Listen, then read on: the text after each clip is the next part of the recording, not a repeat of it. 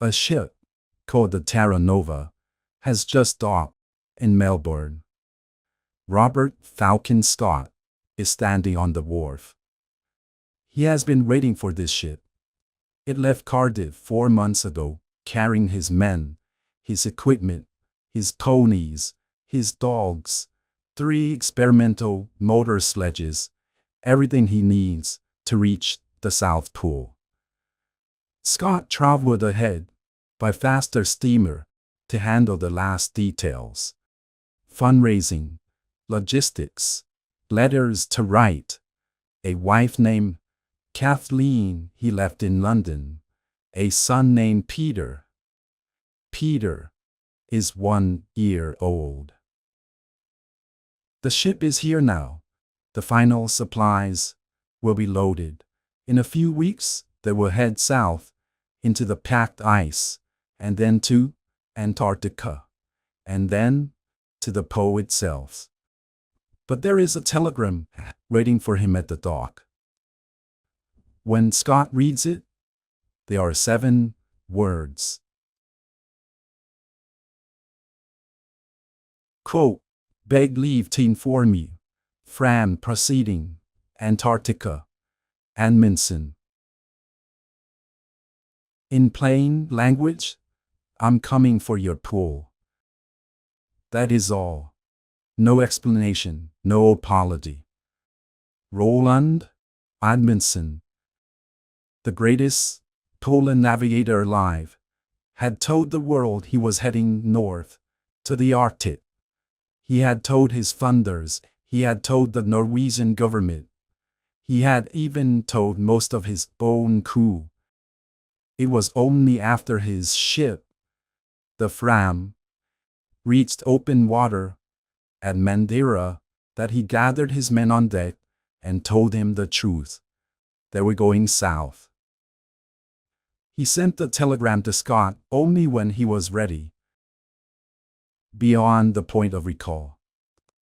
11 words, sent from a safe distance, after the lie was already in motion. Scott is still in Melbourne. He could change his route, he could add more dogs, he could redesign the entire expedition from the ground up. He doesn't. When the press asked for a reaction, he said his plans would not change and that he would not sacrifice the expedition's scientific goals to win a race. In his diary, he wrote that Amundsen had a fair chance of success, and perhaps deserved his luck if he got through. That is the thing about Scott that is harder to explain. He was not reckless, he was not stubborn in the way stubborn men usually are, blind to what is coming. He saw it clearly. He just believed that preparation and endurance and doing the thing properly would be enough. And there is something else, something that separates Scott's expedition from Amundsen's, in a way that most people never hear about. Amundsen's mission was a sprint. One objective: get to the pole, get back, dogs, skis, and nothing else. A light cavalry charge, aimed at a single coordinate on a map. Scott was leading a mobile laboratory.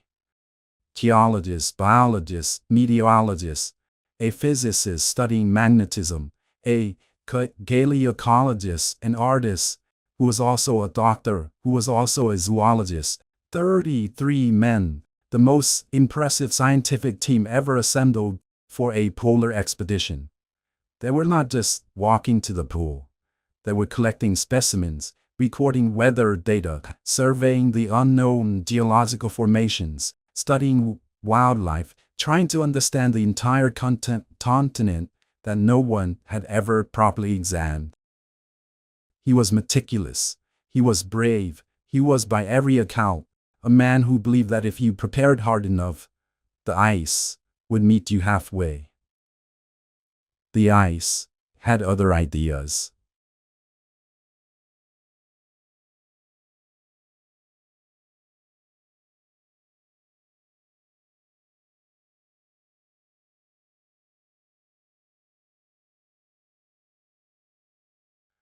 But there was a flaw in the plan. And one man saw it before they ever left port. The ponies were Scott's choice. Not a careless one. Ernest Shackleton had used ponies on his Nimrod expedition 2 years earlier, and come closer to the pole than any human being alive. 97 miles short. Scott looked at that and thought, ponies nearly worked. I will make them work. He had also tried dolls on his first expedition, the Discovery, and it went badly. Not because the dolls failed, because the British did not know how to use them. They were not experienced dog handlers. They were not experienced skiers. Scott came away from that expedition believing ponies were more reliable, when the real problem was that his men had never learned to work with dogs the way the Norwegians had. Amundsen had spent years living with the Inuit. He had learned to drive dolls from the people who invented it. His men could ski before they could walk. Scott's men could do neither. But there was a cavalry officer on board, named Lawrence Oates, a man who had fought in the Boer War, taken a bullet through the thigh, and left one leg an inch shorter than the other, and walked with a limp for the rest of his life. Scott had recruited him specifically because he understood horses. When Oates saw the ponies for the first time in New Zealand, he told Scott they were unfit. The animals had been purchased in Manchuria by a dog handler named Cecil Mears, a man who knew nothing about horses. For £5 each. They were old. They were weak. Narrow chest. Knocked knees. Oates called them the greatest lot of crops he had ever seen. Scott disagreed. Oates said something else too. In letters home to his mother, he wrote that Scott's ignorance about marching with animals was colossal. He warned that if the animals were underfed, they would be beaten, as sure as death. But Oates did not say these things to Scott's face. Not after the first time. He went below deck, inspected the supplies, found there was not enough feed for the animals, spent £1,000 of his own money on 2 extra tons of fodder, and smuggled it aboard the Terra Nova without telling anyone. Remember that. A man who saw the flaw was overruled and quietly did what he could anyway. We will come back to Oates. The Terra Nova left New Zealand on November 29, 1910. She was dangerously overloaded. 65 men, 19 ponies, 33 dogs, 3 motor sledges, 162 carcasses of mutton, 3 carcasses of beef, thousands of pounds of cheese, butter, and specialized sledging rations. A prefabricated wooden hut, scientific equipment, photographic gear, medical supplies, everything needed to sustain the expedition for up to 3 years. 2 days out of port, a storm nearly ended everything. A violent gale struck the ship. The main pumps failed. The men bailed water with buckets for hours to keep her afloat. 2 ponies drowned. A dog was lost. 10 tons of coal washed overboard. 65 gallons of petrol, fuel for the motor sledges, gone into the sea. They had not yet reached the ice, and the expedition was already bleeding. Then, the pack ice. The Terra Nova was trapped for 20 days, far longer than any previous expedition had endured. 20 days burning coal they could not replace, eating food they could not spare. When they finally reached Ross Island and began unloading, one of the 3 motor sledges broke through the ice and sank, gone, before anyone had driven it a single mile. And the ponies, just as Oates had warned, struggled in conditions they were never built for. They sank into soft snow where dogs would have stayed on top. Scott had brought snowshoes for them, but Oates had left the extra sets behind at base camp because he did not think much of them. Scott was furious. And the ponies could not eat what the land provided. Dogs could live on seal meat and penguin. Every pound of hay for the ponies had been shipped from England. Every pound had to be hauled forward from the ship. The animals were not just failing, they were multiplying the weight of everything. The consequences were precise and fatal.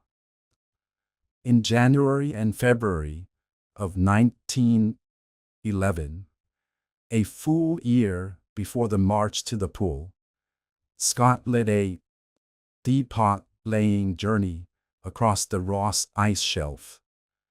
The idea was to place supply caches along the route so the polar party would have food and fuel waiting for them on the way back. The most important one of these, 1-ton depot, was planned for the 80th parallel. The ponies could not make it. Push ponies harder. Kill them as they fail. Cache their meat. Get the depot where it needs to be.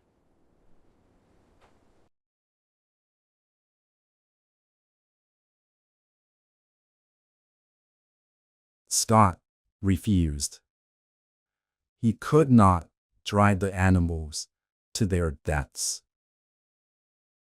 Oates told him directly, Sir, I'm afraid you'll come to regret not taking my advice.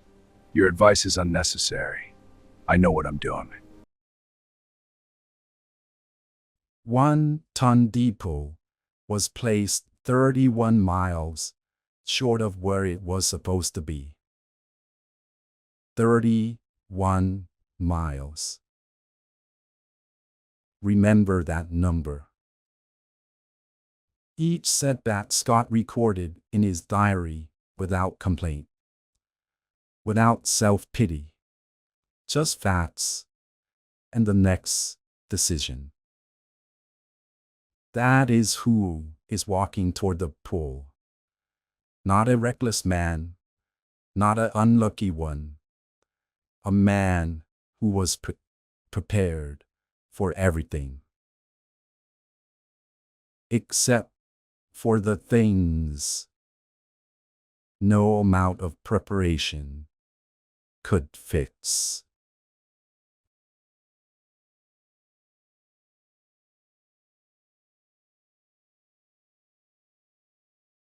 They left Cape Evans on November 1st, 1911. The motor sledges broke down first. Within 3 days, the wooden rollers in the rat system were being torn apart by the torque. The engines overheated. The cylinders cracked. All 3 machines were abandoned on the ice before they had covered a fraction of the distance they were built for. The ponies followed. One by one, they weakened in the soft snow. One by one, they were shot as their strength gave out. At the foot of Beardmore Glacier, the last of the ponies was killed at a place Scott named Shambles Camp. From that point forward, every mile was man-hauled. 5 men for the final push: Scott, Wilson, Bowers, Oates, Evans. But it was supposed to be 4. At the last decision point, latitude 87 degrees south, Scott made a change. He added Henry Bowers to the Polar Party. Everything had been planned for 4 men: the tent, the cooking equipment, the rations at every depot, the fuel calculated to melt ice for 4. Now there were 5. And there was one more thing. Scott had ordered the support party to cache their skis before turning back, assuming only 4 men would continue. Bowers did not have skis. He walked to the South Pole and back on foot, while the other 4 skied beside him. 800 miles to the pole and 800 miles back. They pulled their own sledges. They walked in wind that cut through every layer they had. They climbed the Beardmore Glacier, a highway of ice the size of a country, on foot, in crampons, hauling 1,000 pounds of supplies between them. And here's the thing that nobody told them, and that they had no way of knowing. The sledging rations provided roughly 4,500 calories per man per day. They were burning closer to 7,000. From the very first day of the march, they were starving. Slowly, invisibly. The deficit building in their muscles, and their blood, and their bones, with every mile they hauled. Scott wrote in his diary every night about the cold, about the surface, about his men. The entries are precise, almost calm. You would not know from reading them that he was walking toward the thing that would kill him. January 16th, 1912. 15 miles from the pool. Bowers saw it first. A small black shape in the distance. They stopped. They looked. Nobody said anything for a moment, because nobody wanted to say it. It was a flag. A black flag tied to a sledge runner. Edwardson's marker, planted in the snow and left there, because Edwardson was already gone. Scott wrote in his diary that night, "The worst has happened." He didn't mean death. he meant second place. He meant the race was over and he had lost. And he still had 800 miles to walk home. They reached the pool the next day, January 17th. They found Amundsen's tent still standing. He had named it Poolheim. Inside it, a letter addressed to King Haakon VII of Norway, and a note to Scott. Amundsen asked Scott to deliver it. He had beaten Scott by 34 days. And now he was asking the man he had beaten to the South Pole to carry his victory letter home, just in case the Norwegians did not survive their own return. Scott wrote one more line in his diary that day. Great God, this is an awful place and a terrible enough for us to have labored to, without the reward of priority. Scott took the letter. He carried it. They turned away from the South Pole and started home. The return across the polar plateau went well at first. 300 miles covered by the 7th of February. But the environment was turning against him. Temperatures were dropping unseasonably, dangerously low. The snow surface had changed. It had become sandy and dry, and the sledge runners would not glide. It was like pulling through sand. Every mile cost more than it should have. Edgar Evans went first. He had been the strongest man in the party, the biggest, the one they depended on for raw hauling power. But somewhere on the plateau, he had cut his hand badly while shortening a sledge in sub-zero temperatures. That wound would not heal. It became infected. Then, on February 4th, a fall on the Beardmore Glacier. He suffered a concussion. Nobody could treat it. There was nothing to treat it with. Scott watched him change. He wrote that Evans had become dull and incapable. A man who had been the engine of the group was now stumbling, confused, falling behind. On February 17th, near the foot of the glacier, Evans collapsed and did not get up. They buried him in the ice and kept walking. 4 men now: Scott, Wilson, Bowers, Oates. And the depots, the supply caches that had placed the year before, the ones they were counting on to get them home, were failing them. The fuel cans were half empty. Not because someone had stolen them, because of a flaw no one had anticipated. The kerosene tins had leather washers on their stoppers, and the extreme cold had caused the leather to shrink and crack. The fuel had been slowly evaporating through the gaps for months, depot after depot.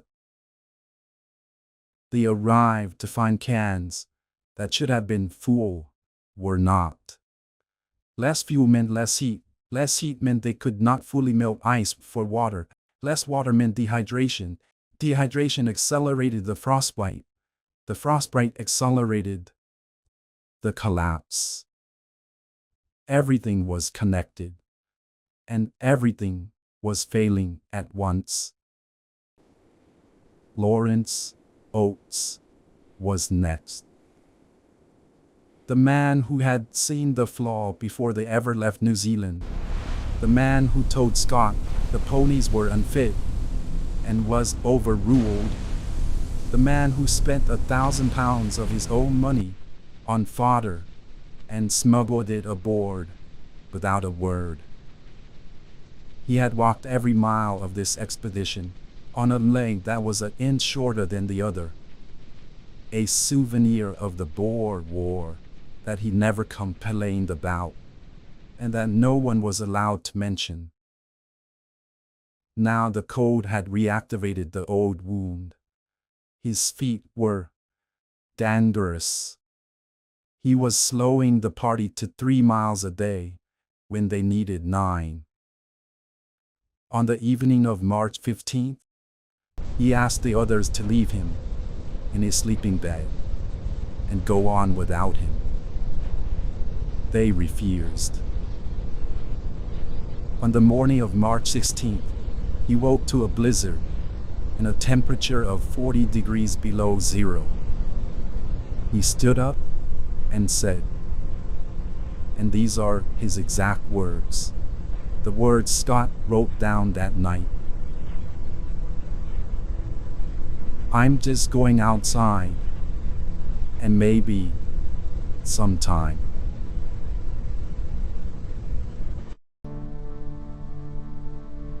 He walked out into the blizzard without his boots.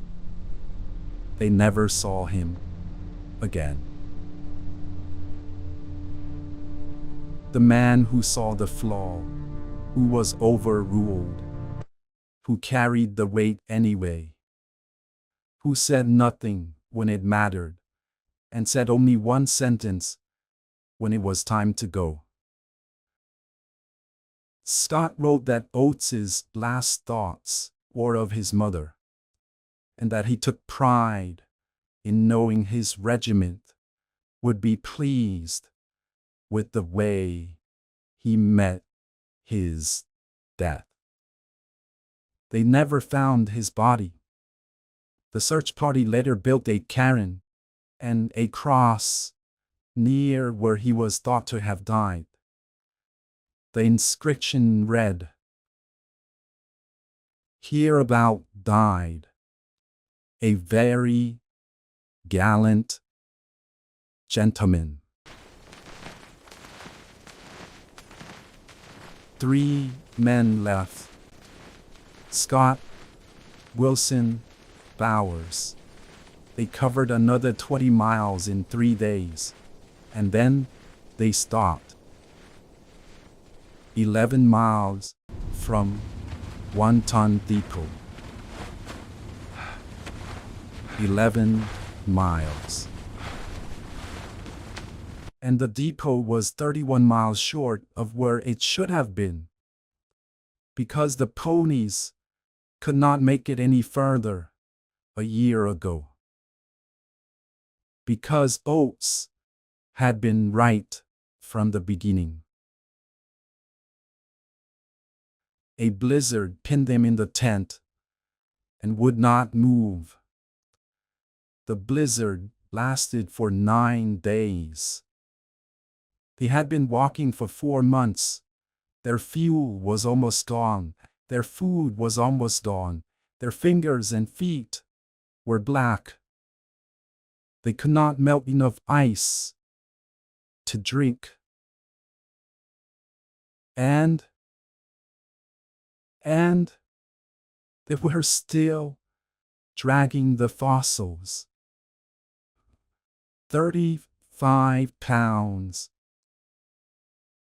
of blossomentous fossils.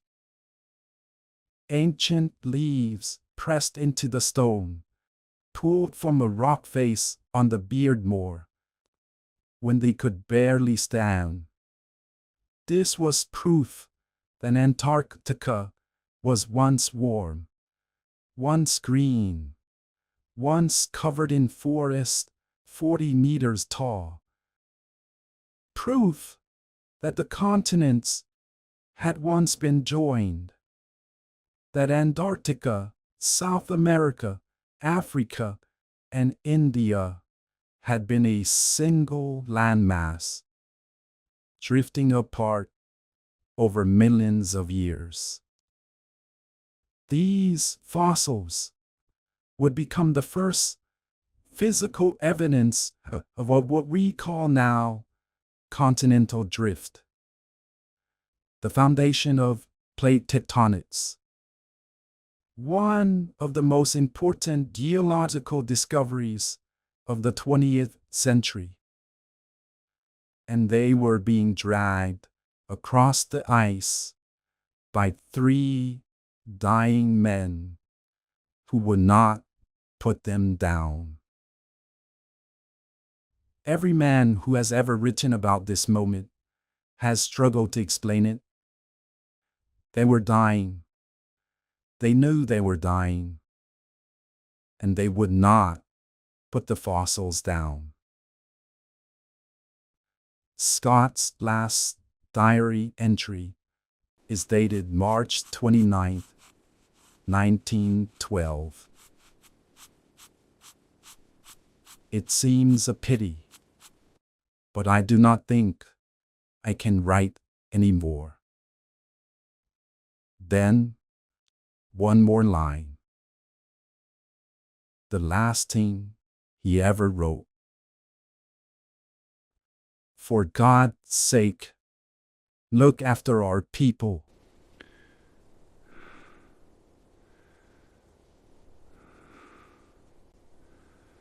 The blizzard did not stop.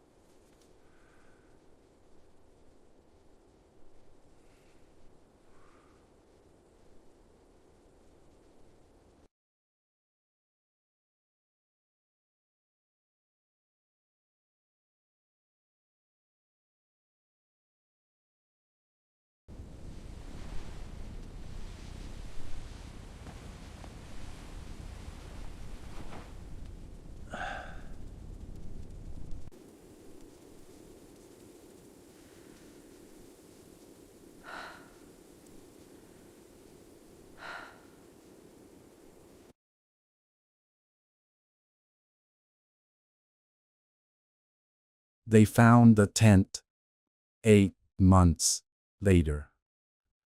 November 12, 1912. A search party moving south across the barrier spotted a small mound of snow where there should not have been one. They dug down. The canvas was still intact. Inside, in their sleeping bags, were Scott and Wilson and Bowers. Scott was in the middle. He had died last. The men who found them did not bring the bodies home. They could not. Instead, they lowered the tent over them, built a snow cairn above it, and made a cross from 2 skis. That cairn is still there, buried under decades of Antarctic snowfall, slowly moving with the ice toward the sea. But before they left, they took the diaries, they took the letters, and they took the fossils. There were several letters. One to his wife, Kathleen. One to his friend, J.M. Barrie. One to his mother. One to the public. And written on odd pages through the diary, a letter about Peter. Peter is 2 years old. Scott has not seen him since he was 1. And Scott writes knowing he will never see him at all.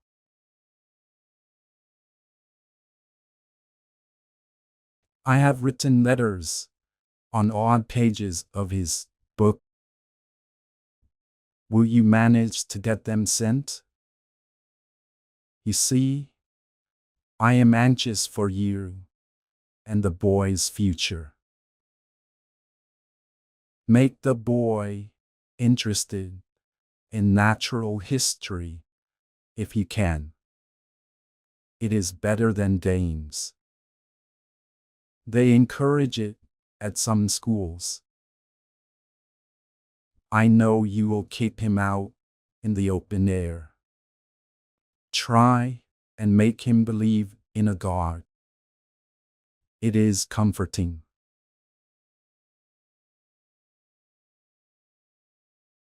That is all. Not a grand declaration. Not a final speech.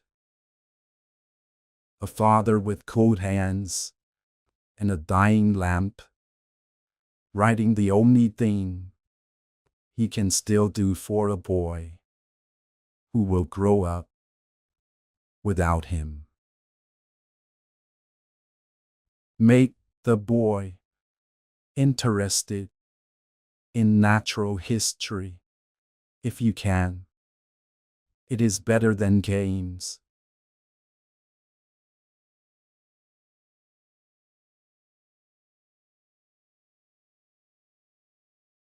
In London, a woman named Falcon Scott was told her husband was dead.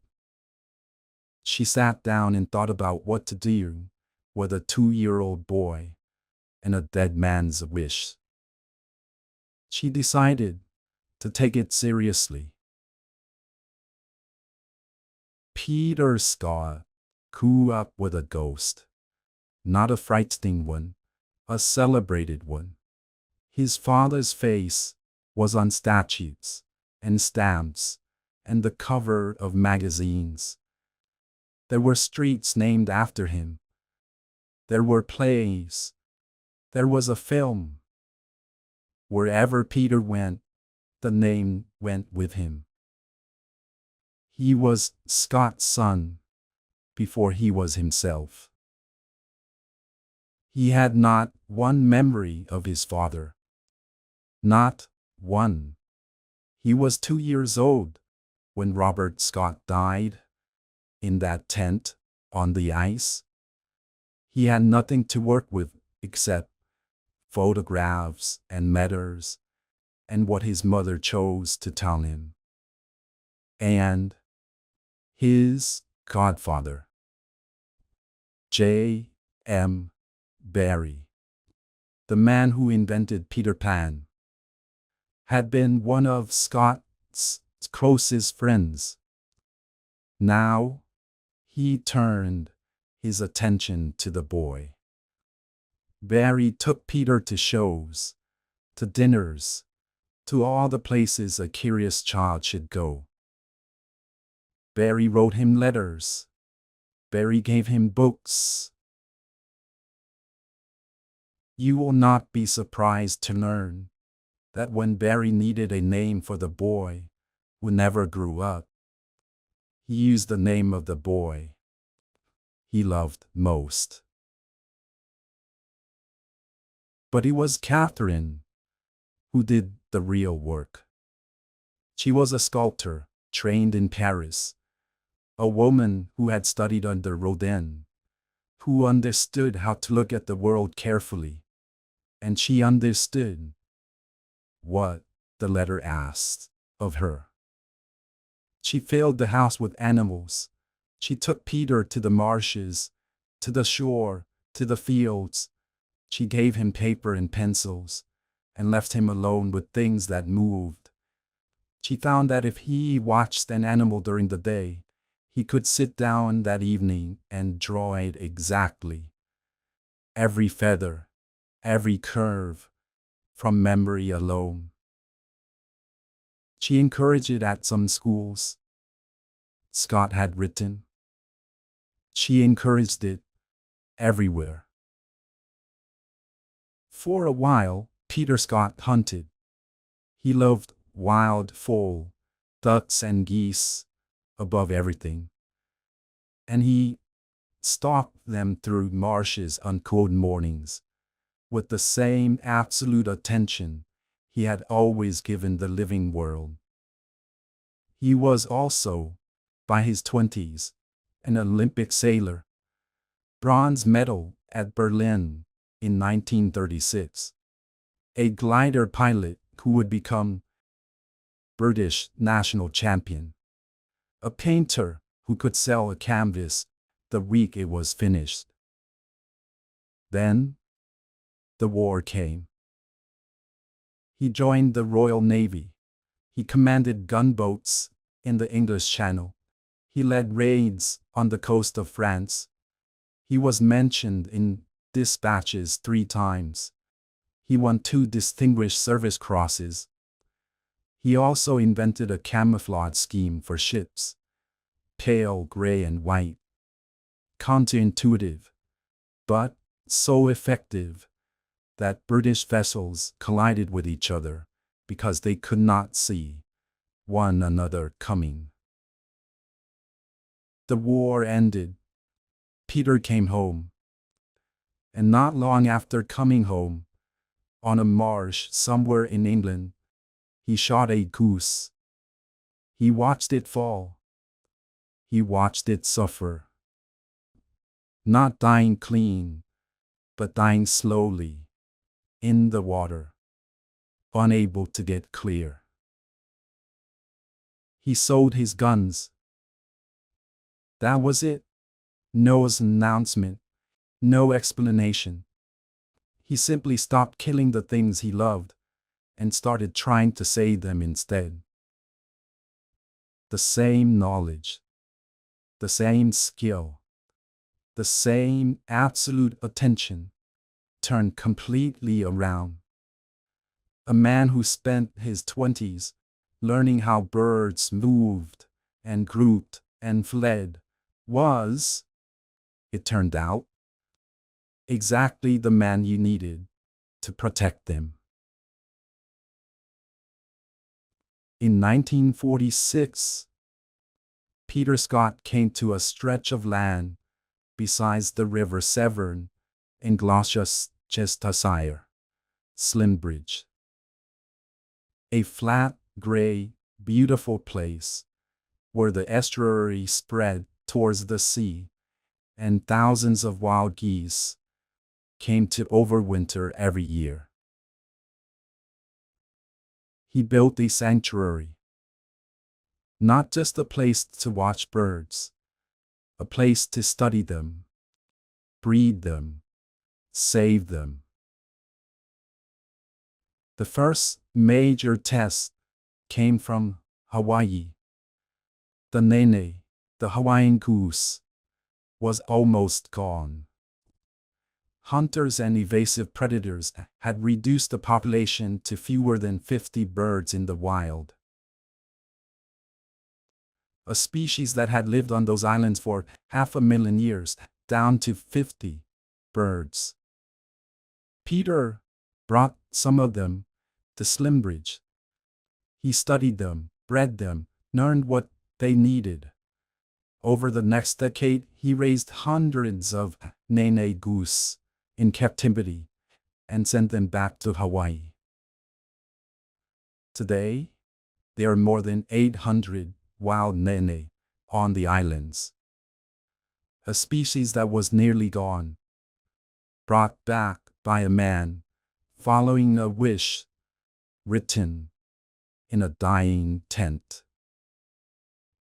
In 1955, he began presenting a program on the BBC television called Look.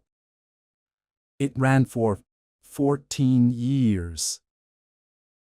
Week after week, Peter Scott sat in front of a camera and talked about the natural world, its beauty, its strangeness, its fragility.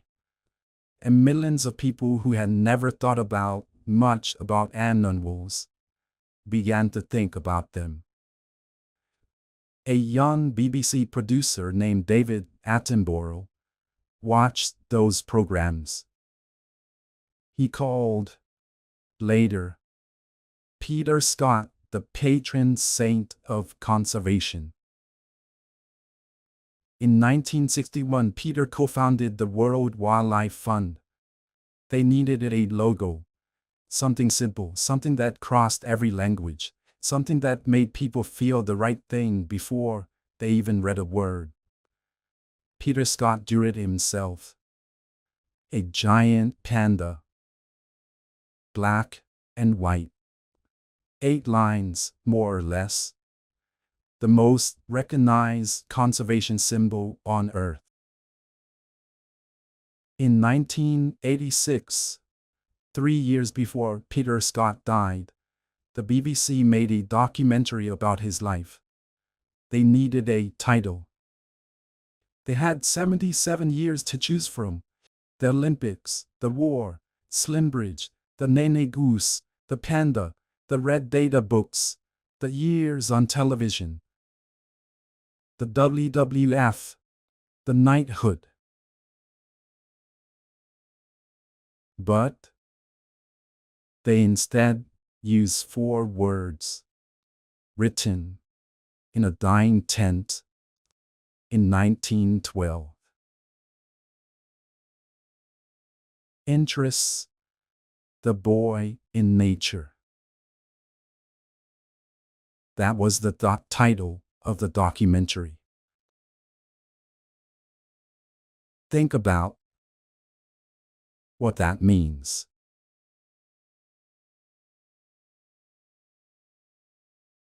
Peter Scott died on August 29, 1989, 2 weeks short of his 80th birthday. His memorial service was held at St. Paul's Cathedral. David Attenborough spoke. Representatives came from conservation organizations on 6 continents. He had a son. His name is Richard Falcon Scott. The middle name, Robert Scott, had carried all his life. The name on the telegram, the name on the diaries, the name on the letter. Peter Scott never met his father, but he gave his own son the name his father never got to hear him say. Scott thought the science would be his legacy. 40,000 specimens returned from the expedition. 15 volumes of research. He thought that was what he was dying for. He was wrong, and he was right. The science mattered, but the letter mattered more. Not the letter to the public, not the letter to the king, the letter to a 1-year-old boy who would not remember him and could not read. The letter written on odd pages, in code that made the pen heavy, asking for one small thing. Make the boy interested in natural history if you can. It's better than games. Scott did not reach the pole first. He did not come home. He did not see his son grow up or learn to walk, or say his first words, or hold a pencil. But somewhere in the distance between a dying tent in 1912 and a BBC documentary film titled in 1986, a father and a son had a conversation that neither of them knew they were having. And the answer was, yes. I heard you. I did what you asked. I'm the luckiest man I know.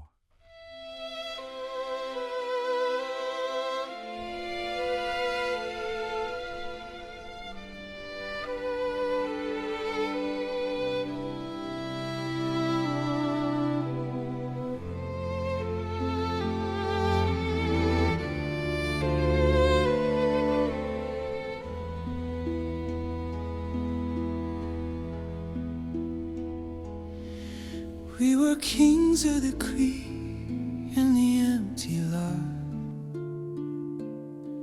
building worlds from the scraps of what we got. No maps in our pockets, no time in our heads, just the street lights calling us back to our beds. We knew every secret the woods had to keep before we traded our hunger for a dreamless sleep.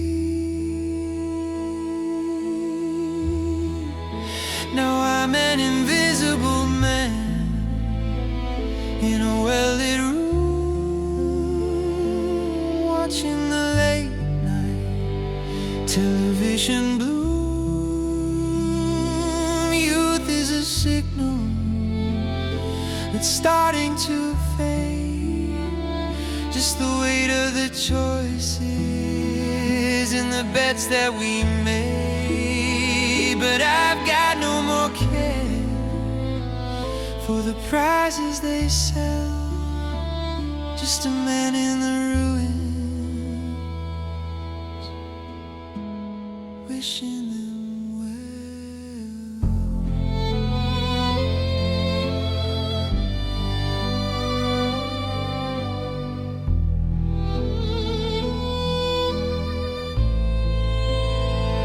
So I look for the truth where the concrete ends, in the dirt and the cedar and the river bends.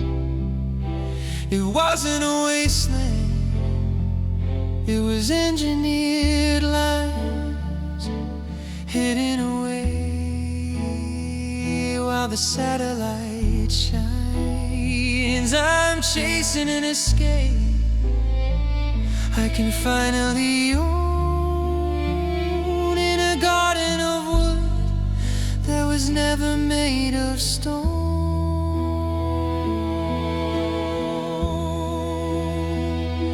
Imagine a place where you could still get lost before they measure the steps or they counted the cost. Just a ghost in the grain, finally at peace.